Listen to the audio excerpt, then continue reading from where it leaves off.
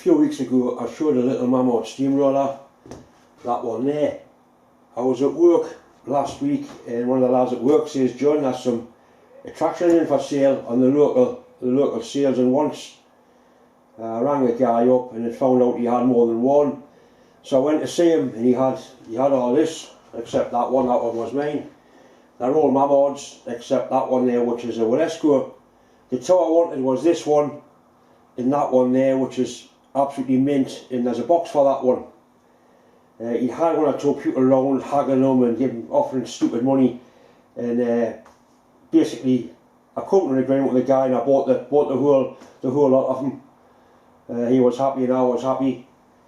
I'm definitely going to keep those two, and I'll probably sell the rest just to try and get my money back.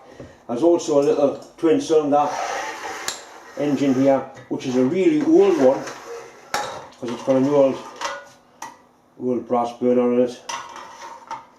They'll all work, they're all nice and free, they're all turned out like they're supposed to. This one here is actually got a slide valve engine in it as opposed to an oscillating valve engine. I'll get the camera a little bit closer and get a little look at this one. Right, so this one, it's got proper steering, proper chain with a worm at the bottom. There's also a little remote thing that goes on there with a cable so you can walk behind it.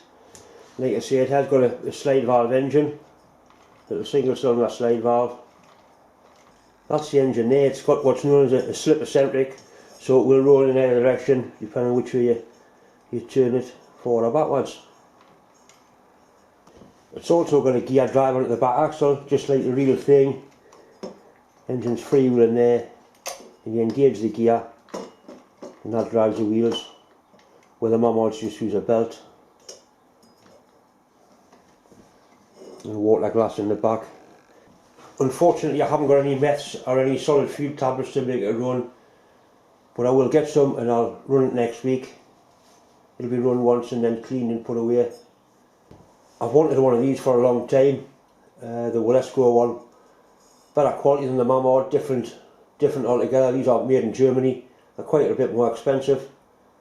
They're starting to breed now. I've got 1, 2, 3, 4, 5, 6, 7, 8 and the stationary.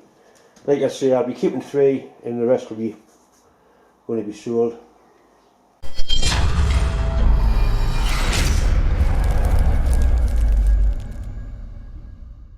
This is 3mm plate and I've got quite a complicated shape to cut out of it. It's like a scroll pattern for a weather vane for a friend of mine.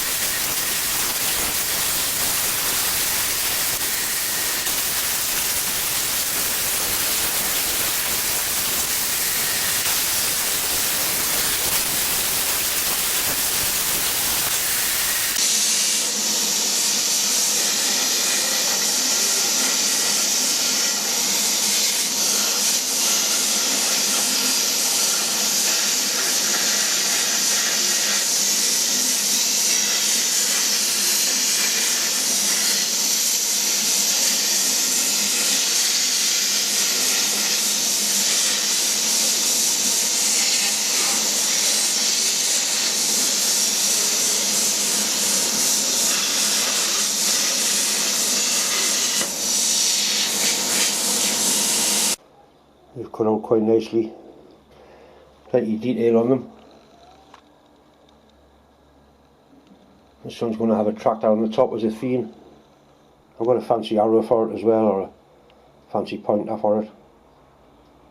Quite enjoy making these because once again I'm making something that's going to be probably up there for quite a long time. Once again, it's time for the dreaded brass nuts. I've been asked to get as many of those nuts as I can out of that bit of hexy bar. It's a really old nut, 190 Whitworth. That's a 5/8 Whitworth tap, a fairly decent one, and that fits in there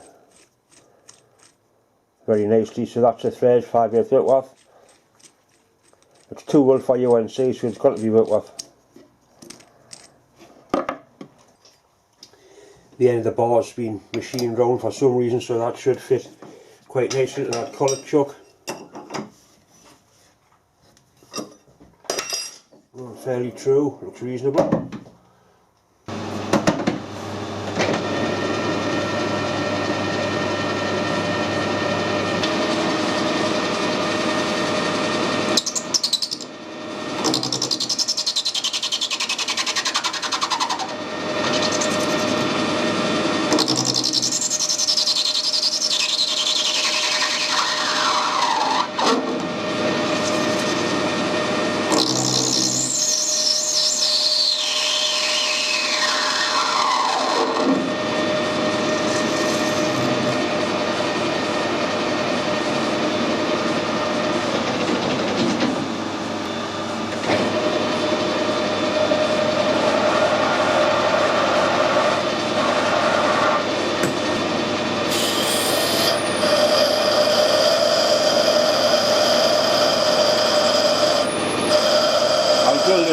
Tapping sides all the way,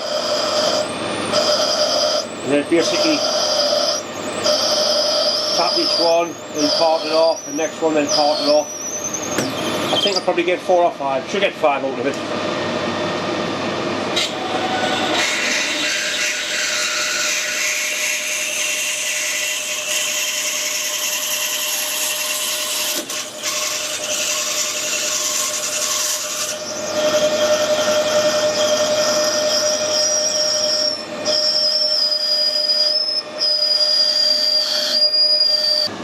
Tapping drill for 5/8 Whitworth is 13.5.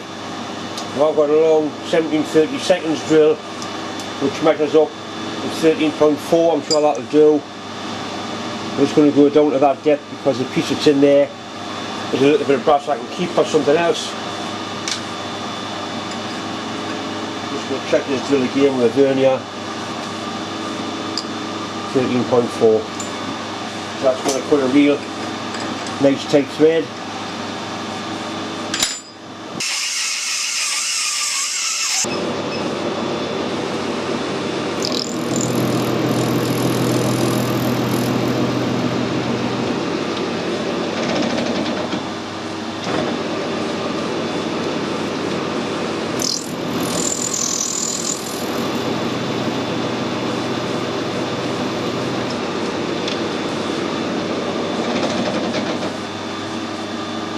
That is quite nice. It's important how much radius you put on the end of the nut to make it look nice, and that does look nice because these nuts are going to be on display, so to speak. Right, so I'm going to put some threads in there, and we'll set the parting tool off, part each one off in turn, and I measure the distance that I put the chamfer on for at 1.8mm so I can get them looking all the same quite easily. My friend Bob was here and he claimed the ER32 belly end spanner, so I'll have to make another one. I've had quite a few people asking us if I can make them to sell. Brass is normally machined dry, so we'll machine it dry. It's a nice sharp taper tap.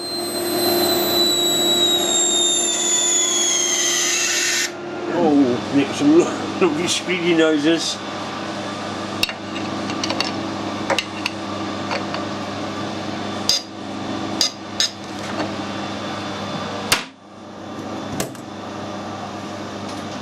Reverse it back out.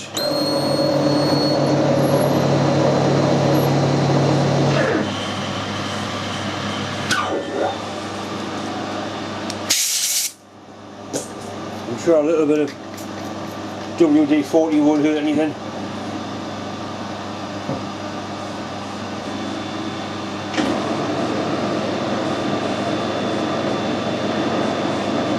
stopped it screeching anyway.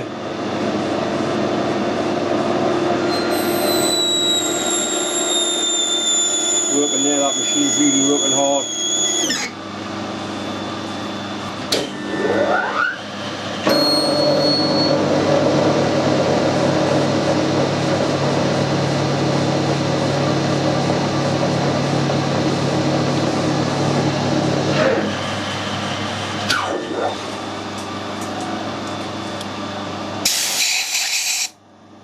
Right, there's some nice full depth sharp threads in there.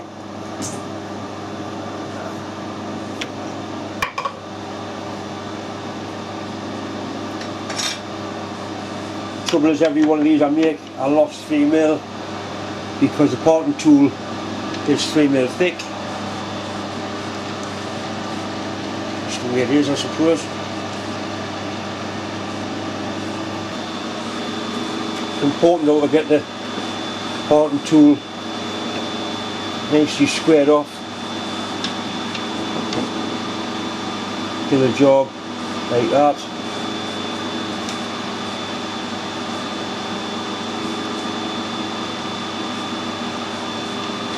I'm going to measure the nut, it'll be plus 3mm. The nut's 15.2, so I need to make 18.2. Using that DRO. 18.2.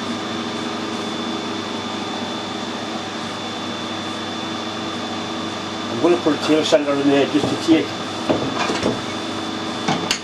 a little bit of the shock load off, because it is an interrupted cut.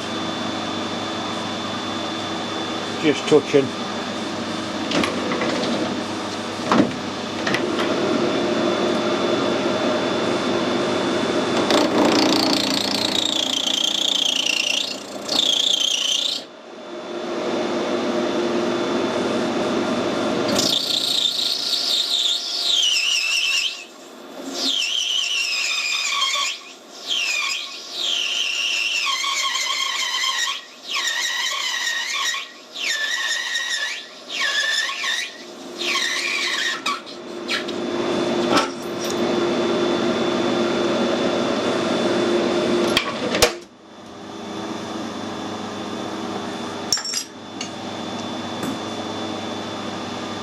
Right, that's the first one, happy with that.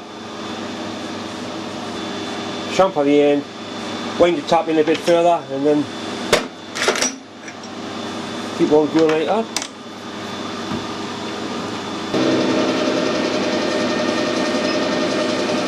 .8 there, what's that?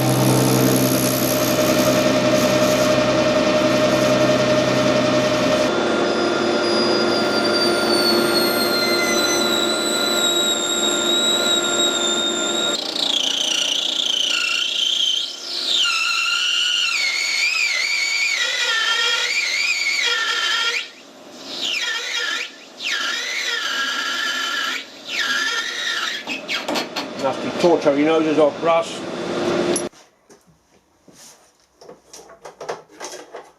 Been looking for that bastard. Once again, it just remains to say thanks for watching, thanks for subscribing. If you haven't subscribed, please do, it does make a big difference. Anyway, thanks for watching and I'll see you next week.